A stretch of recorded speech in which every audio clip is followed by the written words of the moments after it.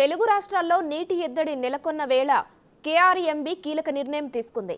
నాగార్జున సాగర్ జలాశయంలో 500 అడుగుల పైన ఉన్న 14 టీఎంసీల నీటిని తాగునీటి అవసరాల కోసం పూర్తి స్థాయిలో సద్వినియోగం చేసుకోవాలని కృష్ణానది యాజమాన్య బోర్డు త్రిసభ్య కమిటీ నిర్ణయించింది. అందుబాటులో ఉన్న 14 టీఎంసీలలో తెలంగాణకు 8.5, ఆంధ్రప్రదేశ్కు 5.5 టీఎంసీల నీటిని కేటాయించారు.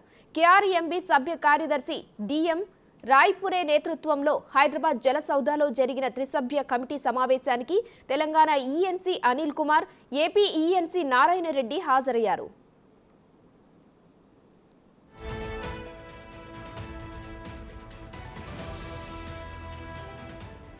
జంట జలాశయాలైన శ్రీశైలం, నాగార్జున సాగర్లో కొద్దిపాటి నీరు ఉన్న నేపథ్యంలో జూన్ వరకు జాగ్రత్తగా తాగునీటి అవసరాల కోసం వాడుకునే విషయమై ఈ సమావేశంలో చర్చించారు.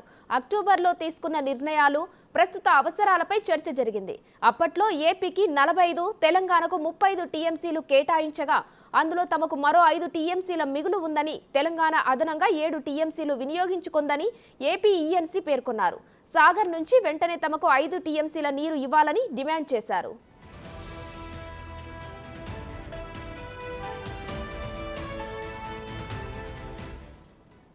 కృష్ణా జలాల్లో ఏపీ ఎక్కువ మొత్తాన్ని వినియోగించుకుందని, అంతా లెక్కల్లోకి రాలేదని తెలంగాణ ఈఎన్సీ అనిల్ పేర్కొన్నారు. శ్రీశైలం నుంచి ఏపీ ఎలాంటి అవసరాలకైనా నీరు తీసుకోకుండా చూడాలని కోరారు.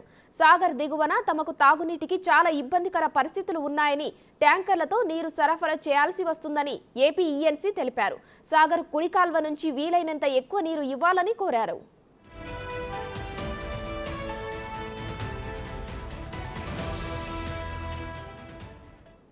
హైదరాబాద్తో పాటు నల్గొండ, సూర్యాపేట, మహబూబాబాద్, ఖమ్మం జిల్లాల పరిధిలో ఎక్కువ మంది తాగునీటి కోసం సాగర్పై ఆధారపడ్డారని తెలంగాణ ఈఎన్సీ వివరించారు.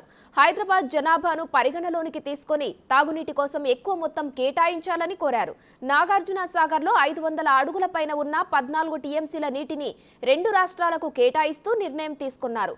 మే నెలలో త్రిసభ్య కమిటీ మరోమారు సమావేశం కావాలని నిర్ణయించారు.